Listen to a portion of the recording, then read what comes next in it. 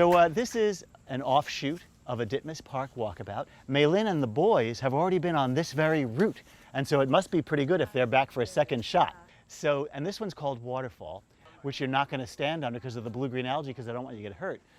But I wanted you to have that like profoundly refreshing experience of having the water flow over you. So now I jackass this thing around the whole hour and a half of our walk so that at any moment you could, here you go, you could go over here, here you go, yeah, and take a dip. Now it's like a punch bowl, so take a dip and take a sip. It's clean water, I assure you, no blue-green out. Go get a sip of water. Oh, good. The first thing on my agenda is a meditation body scan. I need that. So let's start there. Just give us like a minute to just breathe in silence, and as we do that, just take notice of whatever sensations you are experiencing in your body.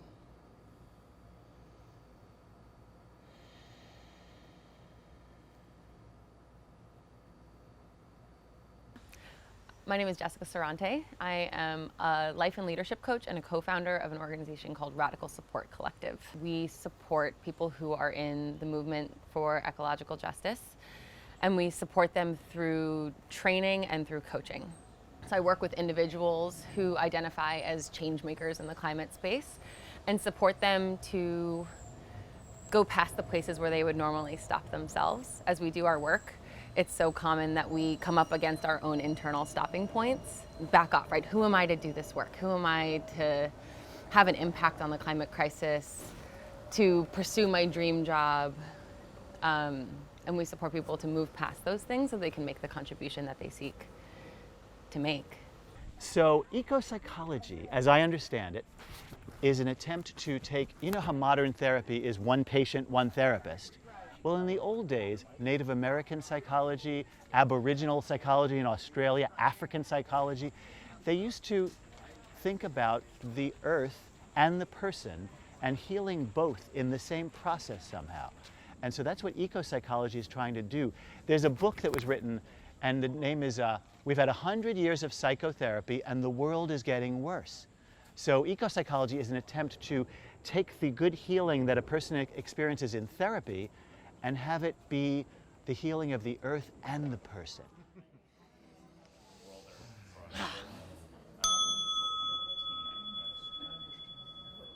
After college, I worked for a couple different corporate accountability organizations, Greenpeace and Rainforest Action Network.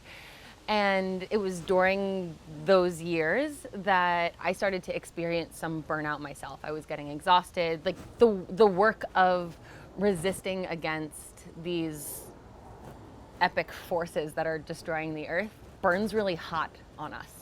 My clients are folks who identify as change makers in some way.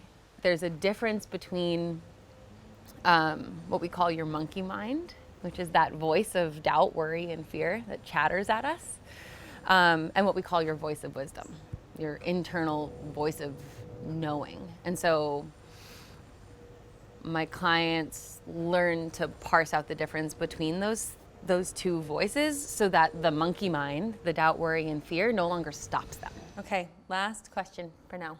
Some gifts that I'm grateful to contribute to my community in this time are. Here's the third of the 3 great trees for you to explore today.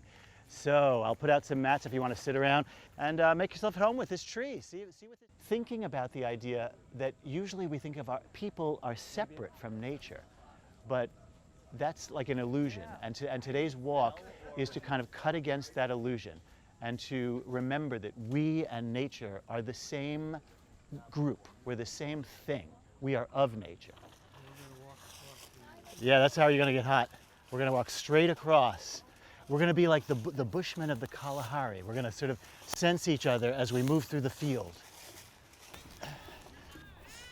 With our good intentions, with our heart, kind of focusing love and goodwill toward the baby turtles.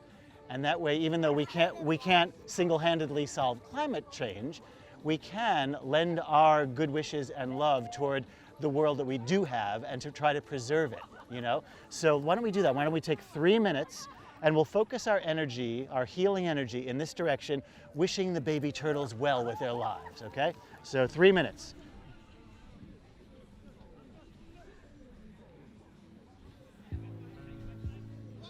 As I face the reality of the ecological crisis, what I'm grateful for is. What I'm grateful for, I was listening to an interview that Joanna did with Extinction Rebellion. Did you listen to that? And she was, I've heard her say this a million times, but it hit me differently this time when I'm saying, like, is there a more exquisite time to be alive as a human being? Like, when in the lineage of human history can your life possibly have more meaning? Like, there is an opportunity in this lifetime to turn the tide, to like help bring humanity back into connection with the earth. And like, that's a gift.